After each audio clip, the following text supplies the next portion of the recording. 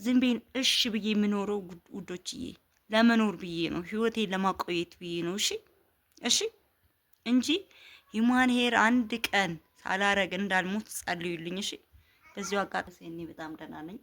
እንግዲህ ተመልካቾች ሰሞኑን በጣም እየታዘባችሁኝ ነው። እስቲ አንዳንድ ነገር ልንገራችሁ ስለ ራሴ ስላለው ነገር ማለት ነው። ያው እንግዲህ እኔን ስታውቁኝ በጣም ረጅም ዓመት ከ10 ዓመት በላይ ሆኗቸዋል እና ኢትዮጵያ ውስጥ ከገባው በኋላ ብዙ ወጣ ወጣ አልልም። እንደ ማንኛውም ሰው ልክ ኢትዮጵያ ውስጥ እንደሚኖር ሰው ነው እየኖርኩ ያለሁት ማለት ነው። ያ ነገር ለእናንተ አስከፍቷቸዋል። ለእናንተ በቃ ሀረግ ምን ሆና ነው እንደዚህ ከሳሽው እንደዚህ ጥቆርሽው ራስሽን ለምንድን ነው የማትጠብቂው ለምትሉኝ እስቲ አንዳንድ ነገር ልበላችሁ።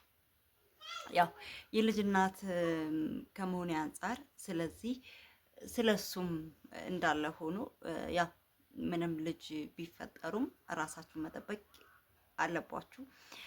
ግን ያልገባችሁ ነገር አንድና አንድ ነገር አለ። እንግዲህ ስለኔ ወይም ደግሞ ስላለው ነገር አማራ ክልል የምትኖሩ ሰዎች ብቻ ናችሁ ይሄን ነገር የምታውቁት ማለት ነው። እኔ መዘነጡ ወጣ ወጣ ማለቱን እኮ እኔም ወደዋለሁ፣ እኔም ደስ ይለኛል።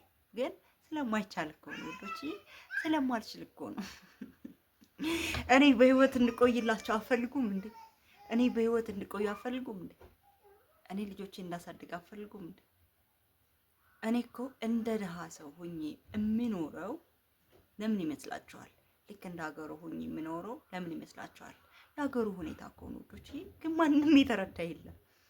እና አማራ ክልል እኮ እንደፈለጋችሁ የምትሆኑበት ጊዜ አይደለም። ታውቃላችሁ? ሳምንት ሰላም ቢሆን እኮ ሳምንት ሰላም የለም እኛ ጋር። ታዲያ ያ ነገርስ እኛን የመክሳት የመወፈር ነገር እኛ እናስባለን። የነፍሳችንን ጉዳይ እኮ ነው የምናስበው። ገባችሁ?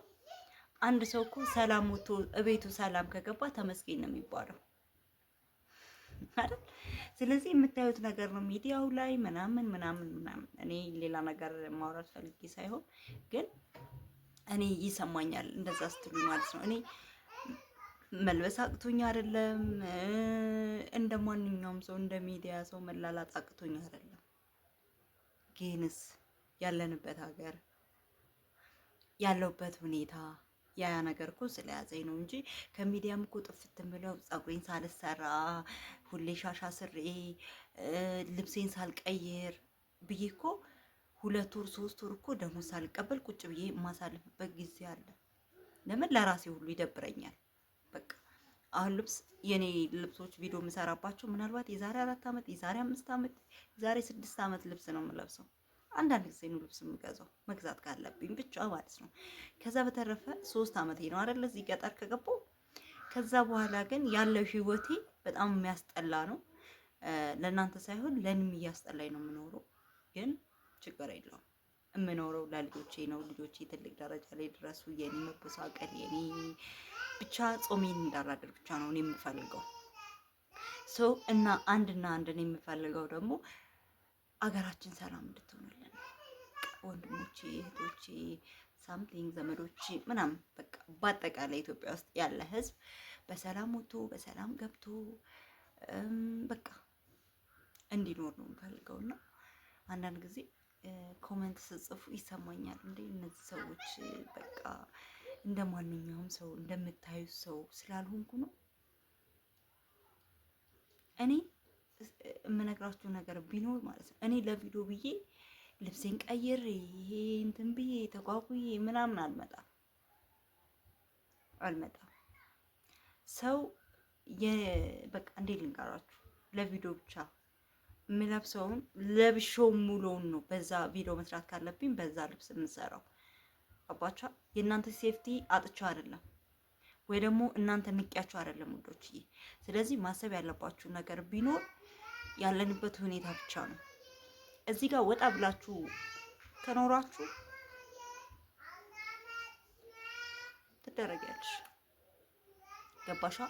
እና እኔም እንደ ገጠር ሰው ሆኜ የምኖረው ራሴን ዝቅ አድርጌ የምኖረው ልክ እንደ ማንኛውም ህብረተሰብ የምኖረው ውድጄ ነው። ውድጄ ፍቅጄ እስከሆነ ድረስ እንግዲህ ለኔም ቀን ይመጣልኛል።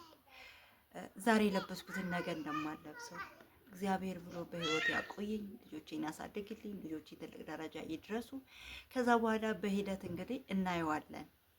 እኔም ቅብጥ የምልበት ሰዓት ሊመጣ ይችላል ማለት ነው እና በተስፋ መጠበቅ ነው። ስለዚህ ውዶችዬ የኔ እንደዚህ መበሳቀል፣ የኔ መክሳት፣ የኔ ብዙ ሀሳብ ስላለብኝ ነው። ከሀሳቦቹ ሁሉ እንግዲህ አንዳንዱ ሀሳቦቹ ሊሳኩ ይችላሉ፣ አንዳንዶቹ ደግሞ አይሳኩም። ዋናው ነገር ያው በሰላም መቆየታችን ነው፣ በሰላም መኖራችን ነው። እኔ የምፈራው ነገር ምን እንደሆነ ታውቃላችሁ?